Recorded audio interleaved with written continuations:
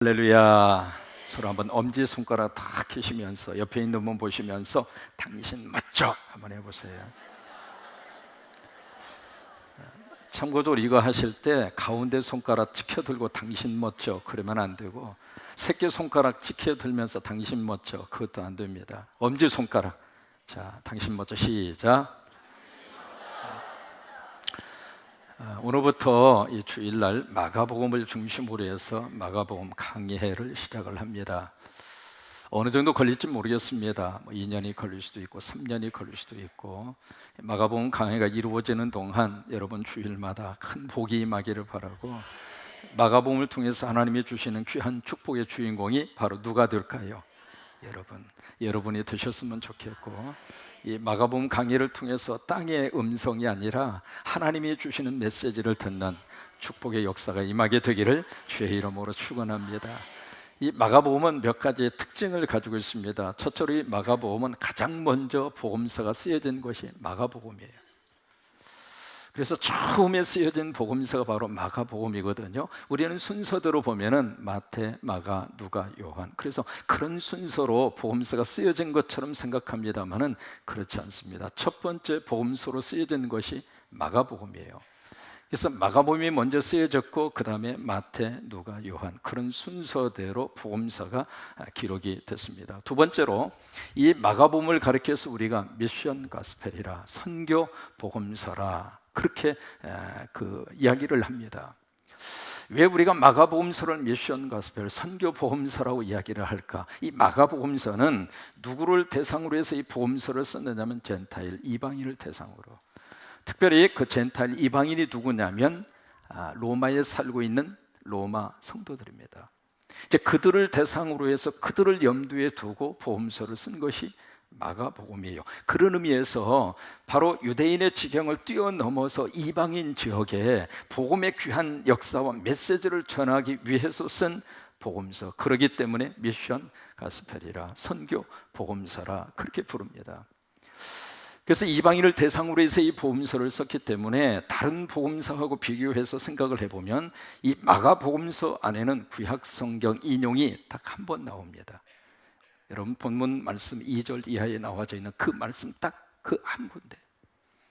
특히 마태복음 같은 경우를 보면은 마태복음 속에는 구약 성경 인용이 참 많습니다. 왜냐하면 마태복음서는 유대인을 대상으로 해서 복음서를 썼어요. 그래서 유대인들이 익히 잘 알고 있는 구약 성경을 인용을 해서 바로 구약 성경에서 말씀하신 그분이 바로 이분이다.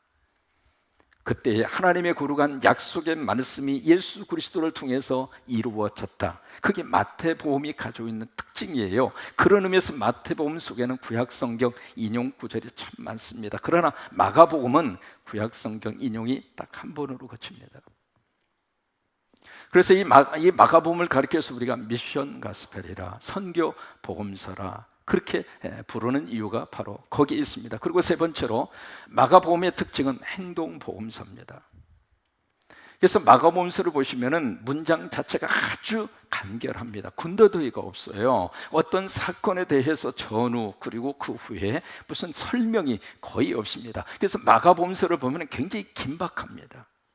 또 하나, 우리말 번역에는 잘 나와 있지 않습니다만은 헬라어 원문에 보시면 즉시라고 하는 말, 그 단어가 이 마가복음 속에 41번이 나옵니다. 즉시라고 하는 말이, 그러니까 16장이라고 하는 짧은 이 마가복음서 속에 즉시라고 하는 말이 41번이나 나올 정도로 행동이 아주 긴박하게 돌아가는.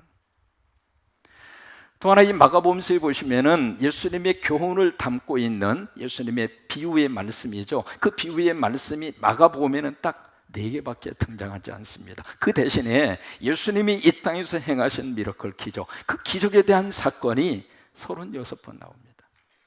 무슨 얘기냐면 마가복음은 철저하게 행동하는 복음서예요. 그래서 마가복음서 읽으면은 어떤 데서 막 이렇게 우리들이 그냥 복음 속에 우리 삶에 들어가서 그 복음을 가지고 이 땅으로 막 전진해서 나아가는 그런 어떤 생동감 있는 복음의 능력을 우리가 만날 수 있는 곳이 바로 마가복음입니다. 네 번째로 마가복음서의 특징이 있습니다. 시작이 특이합니다. 마태 같은 경우에 있어서는 족보로 시작을 하잖아요. 예수 그리스도의 계보라. 족보로 시작을 해서 누가 누구를 낳고 그렇게 마태복음 자체가 시작을 하잖아요. 그래서 처음에 마음 먹고 성경을 읽으려고 하는 사람이 마태복음을 탁 펼쳐서 보니까 계속 낳고 그러니까 그 사람 마음속에 당신 낳으시오, 난 안 낳겠습니다. 그리고 복음서를 닫아버리는 경우들이 많이 있거든요. 왜냐하면 족보는 지루하잖아요. 그래서 마태는 그렇게 족보로 시작을 하고, 누가 같은 경우에 있어서는 데오빌로라고 하는 한 특정인을 대상으로 해서 예수 그리스도의 복음에 대한 역사를 기술하는 것으로 누가복음은 그렇게 시작을 하고 있습니다만은 마가복음서는 시작 자체가 특이해요. 뭘로 시작하는가? 복음으로 시작합니다. 그래서 1장 1절을 한번 보실까요? 이게 마가복음 시작하는 첫 구절이잖아요. 아주 중요한 구절인데 마가 1장 1절에 보시면 한번 보세요. 뭘로 시작하죠? 하나님의 아들 예수 그리스도의 복음의 무엇이라 시작이라, 이렇게 시작해요. 우리말 번역에는 하나님의 아들로 시작을 하고 있습니다만은 원문 헬라어에 보시면은 처음 시작이 복음의 시작이라, 이렇게 시작해요. 그래서 원래 헬라어 그 원문에 보면 이렇게 시작해요. 아르케 토 유앙겔리온. 이게 처음 시작입니다. 따라서 한번 해보실까요? 아르케 토 유앙겔리온. 이 아르케라고 하는 말이 시작이라고 하는 뜻이에요. 그래서 영어로는 the beginning, 그렇게 시작하고 있거든요. The beginning of the gospel. 복음의 the beginning, 시작이라 이 말이에요. 그러니까 이 마가복음에 처음 등장하는 단어는 하나님이 아니라 아르케라고 하는 단어입니다. 시작이라고 하는 단어예요. 근데 그 시작이라고 하는 단어가 창세기 1장 1절에 가서 보시면 태초에 하나님이 천지를 창조하시는, 태초라고 하는 말이 나옵니다. 또 요한복음 1장 1절에 가서 보시면 태초에 말씀이 계시는지라, 바로 그 태초라고 하는 단어가 나오잖아요. 그러니까 창세기 1장 1절에 나오는 태초라고 하는 말과 요한복음 1장 1절에 나오는 태초라고 하는 말과 마가복음 1장 1절에 나오는 시작이라고 하는 말이 같습니다. 그래서 이 마가복음서를 쓰면서 하나님은 이 마가를 통해서 가장 먼저 무엇으로 시작을 하는가? 복음의 시작이라, 복음의 시작이라, 복음의 시작이라. 다른 것으로 지금 이 복음서의 문을 여는 것이 아니라, 땅에 있는 것으로 복음서의 문을 여는 것이 아니라 하나님이 허락하신 복음으로, 그래서 복음의 시작이라. 그 복음의 시작이라고 하는 말이 어떤 의미를 가지고 있을까? 복음이 시작되기 전에는 율법이 있었어요. 여러분, 율법이라고 하는 것은 우리를 자유를 주는 것이 율법이 아닙니다. 여러분, 법 앞에서 자유로운 사람이 있어요? 아니에요. 털어서 먼지 안 나는 사람이 있습니까? 다 있어요. 그래서 법이라고 하는 자체가 우리를 보호를 해주는 기능도 있습니다만은, 법이라고 하는 잣대로 우리 인간을 재서 그것으로부터 완벽한 자유를 누리고 살 수 있는 사람은 아무도 없어요. 알게 모르게 죄를 지으면서 살고, 그것 때문에 잠 못 이루고 살고, 그게 양심의 가책이 돼서 너무 괴롭고, 그게 법이 가지고 있는, 율법이 가지고 있는 특징 가운데 하나거든요. 그래서 율법은 끊임없이 우리를 조여들어요. 그래서 그런데 그 율법이 있었던 그 시대가 이제는 끝이 나고 복음이 시작되는 역사가 나타나게 됐다고 하는 거예요. 왜냐하면 이 복음은 그 율법으로부터 우리를 자유함을 줍니다. 우리를 풀어줄 수 있는 것은 복음이에요. 복음이 우리를 살리고, 복음이 우리를 끄집어내주고, 복음이 우리를 죄로부터 구원하고, 복음이 우리에게 새로운 행복을 주고, 복음이 우리 인생을 살맛나게 하고. 우리가 수학을 풀 때 공식이 중요하잖아요. 만약에 잘못된 공식을 가지고 수학 문제를 풀면 풀수록 오답이 나옵니다. 그렇잖아요. 2 곱하기 2는 몇이죠? 너무 쉽죠? 2 곱하기 2는 5. 이 공식을 가지고 수학을 풀면 제대로 풀리겠습니까? 안 풀리는 거예요. 그러니까 마가복음서는 바로 인생의 모든 문제를 풀어가는 하나님의 공식이 있는데, 그 하나님의 공식이 뭐냐? 복음이라는 거예요. 그래서 이 복음서를 시작을 하면서 복음의 시작이라, 그러면서 문을 활짝 여는 거예요. 마치 베토벤이라는 사람의 운명 고향곡 5번에 보시면은 처음에 곡을 딱 시작을 할 때 어떻게 시작하죠? 그렇게 짧게 시작해요. 처음에 운명 고향곡을 딱 시작을 할 때 어떻게 시작합니까?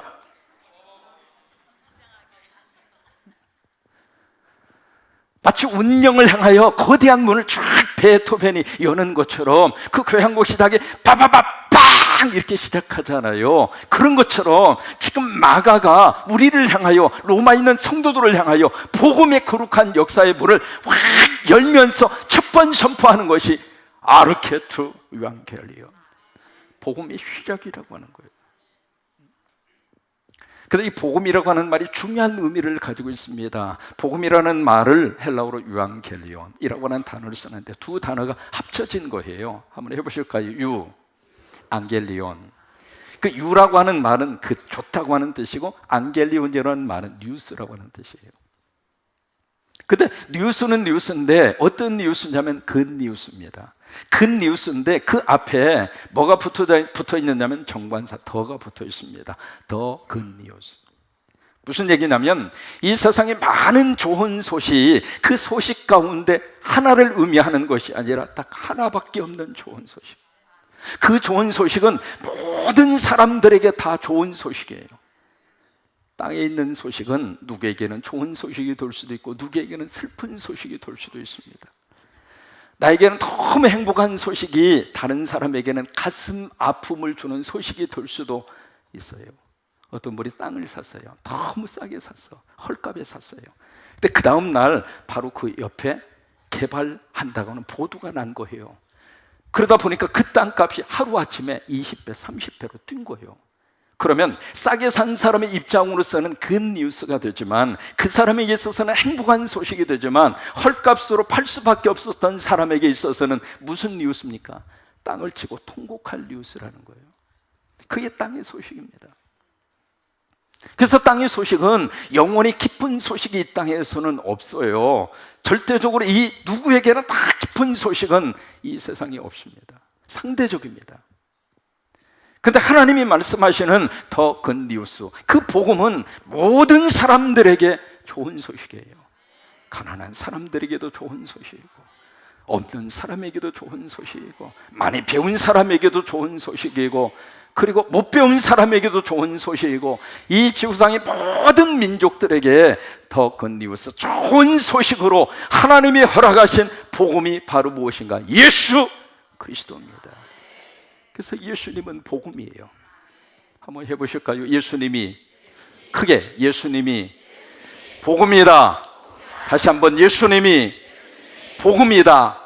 그것을 지금 마가복음이 처음 시작을 하면서 첫 구절에서 그것을 선포하고 복음서로 시작하는 거예요. 다른 것은 복음이 아니다. 이 세상에 있는 것은 그 뉴스가 될 수가 없다. 왜? 이 세상에 있는 뉴스는 모든 사람들에게 평등하게 복음으로 들려줄 수 있는 것은 이 땅에 없다. 이 세상의 복음은 예수다. 예수가 복음이다. 그래서 그 선포를 가지고 복음서가 시작되는 것이 마가복음이에요. 그렇게 하는 이유가 있습니다. 왜냐하면 그 당시 로마 사람들에게 있어서 이 복음이라고 하는 것은 무슨 생각을 가지고 있었느냐면, 로마의 황제가 복음을 가져다 주는 구세주다, 그 생각 속에 살았어요. 그래서 그 당시는 로마의 제국이 형성되어져 있었잖아요. 그래서 로마가 통치를 하고 로마의 영향권 속에 들어오면은 그때 이 세상이 평화롭고 경제적인 안정을 구하고, 거기서 나온 단어가 팍스 로마나라고 하는 단어입니다. 팍스라고 하는 말은 평화라고 하는 뜻이에요. 그래서 로마의 제국이 통치하고 있는 그 순간에 이 시대와 그 지역에 속한 주민들은 평화의 시대를 누리면서 살게 될 것이다. 그래서 정치적인 용어로 팍스 로마라라고 하는 말이 나오게 됐습니다. 물론 로마 시대 정치적으로 그 아울레스우스라고 하는 황제가 있습니다. 그 황제가 통치하던 시절부터 마르쿠스 아울렐리우스라고 하는 황제가 통치하던 시절이 있는데, 그때까지가 약 한 200년 정도, 로마 시대에 있어서 가장 평화로운 시대를 그때 그들이 만끽을 하게 돼요. 그러면서 그들의 머릿속에 로마가 통치해야 이 땅에 평화가 온다. 그래서 이 땅에 진정한 복음을 가져다 줄 수 있는 사람은 황제다, 그 생각을 하면서, 그러면 그 황제를 하나님처럼 받들자. 그래서 나온 것이 황제 숭배 사상입니다. 그런 생각 속에 잡혀있는 그들에게, 그래서 이 팍스 로마나라고 하는 이 말이 현대에 와서는 어떻게 바뀌어졌느냐면 팍스 아메리카나, 미국 글 속에 다 들어오라는 거예요. 미국의 영향권 속에 이 세계가 다 들어오면 그때 가서 이 세계가 평화를 유지하게 될 것이다. 그렇게 이야기하면서 팍스 아메리카나 그걸 주장을 하는데 요즘에는 깨져버렸잖아요. 그런 생각 속에 사로잡혀 있는 그들에게 하나님은 이 마가를 통해서 이 세상의 복음은 황제가 아니라고 하는 거예요. 이 세상의 왕이 복음을 가져다 주는 게 아니에요. 대통령이 우리에게 복음을 가져다 주는 게 아니에요. 그래서 그들을 향하여 황제가 복음이 아니다. 복음은 예수다. 복음은 예수다. 복음은 예수다. 그것을 로마에 있는 성도들에게 강력하게 그들에게 외치면서 마가복음이 시작을 하는 거예요. 그래서 1장 1절을 보시면은 신약 성경에서 아주 중요하게 취급하는 단어 4가지가 1장 1절에 그대로 기록이 되어 있습니다. 한번 보세요. 1장 1절을 보시면 처음에 하나님의 아들, 이게 신약 성경에서 아주 중요하게 취급하는 단어거든요. 인자를 누구라고 하느냐? 마태 16장에 그때 베드로가 고백합니다. 주는 그리스도시요 살아계신 하나님의 아들이다. 그때 예수님이 발견하시거나 네가 복이 있다. 그러니까 하나님이 이 예수님이 하나님의 아들이라고 하는 사실이 믿어지는 것이 복이라 이 말이에요. 여러분 그 믿음이 여러분 속에 있게 되기를 바랍니다. 그 다음에 두 번째로 예수라고 하는 단어, 이 성경에서 아주 중요하게 취급하는 단어잖아요. 그 다음에 세 번째로 그리스도라고 하는 단어, 네 번째로 뭐예요? 복음이라고 하는 단어. 그래서 그런 속에서 이 마가를 통해서 하나님이 유앙겔리온, 더 굿뉴스, 정말로 진짜로 복된 소식은 예수다. 그것을 온 세상 앞에 거룩한 하나님의 음성으로 그들에게 선포를 하고 있는 겁니다. 여러분 지금도 예수 그리스도가 우리에게 복음이에요. 이 땅에 살면서도 예수님의 복음이고 이 세상을 떠나는 순간에도 예수님의 복음이고, 왜요? 예수 믿어야 천국 가니까, 예수 믿어야 구원 받으니까, 예수 믿어야 조 용서를 받으니까. 그래서 여러분 예수가 바로 뭐예요? 복음이에요. 근데 그 사실을 가장 먼저 알고 선포한 사람이 누구냐면 세례 요한입니다. 세례 요한이 그 사실을 알았어요. 그래서 오늘 2절 이하의 말씀에 보면 세례 요한에 대한 소개가 그래서 나오고 있는 것이거든요. 그래서 세례 요한이 광야에서 막 외칩니다. 무슨 말을 외치는가? 회개하라, 천국이 가까웠다.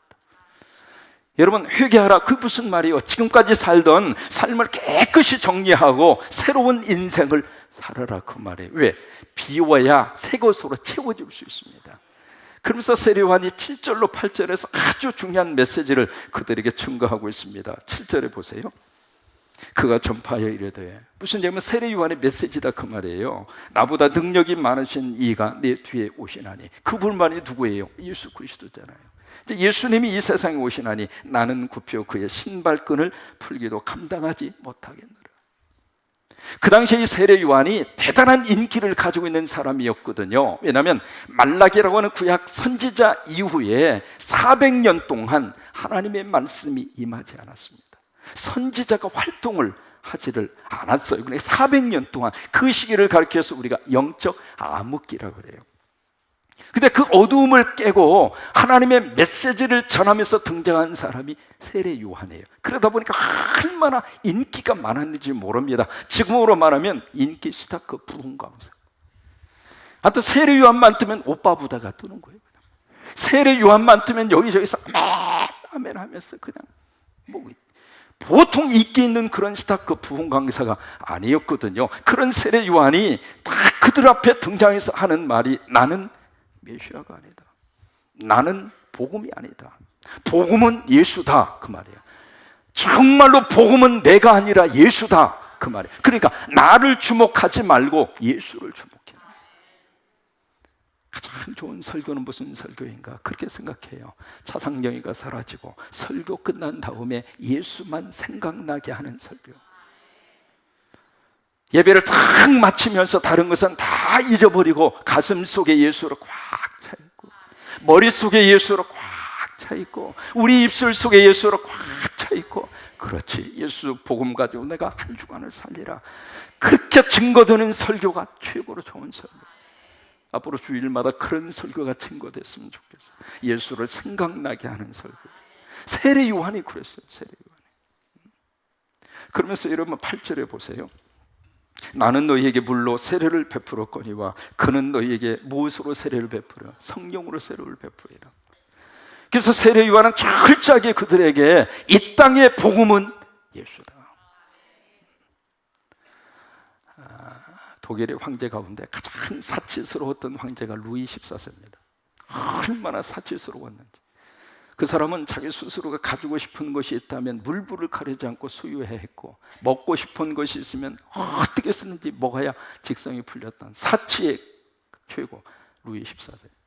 근데 사람이 참 묘합니다. 사치에 이렇게 삶을 살다가 보면 욕심이 많아지면 많아질수록 사람은 참 묘하게도 불만도 더 많아집니다. 왜냐하면 그 욕심이 다 채워지지가 않는 거예요.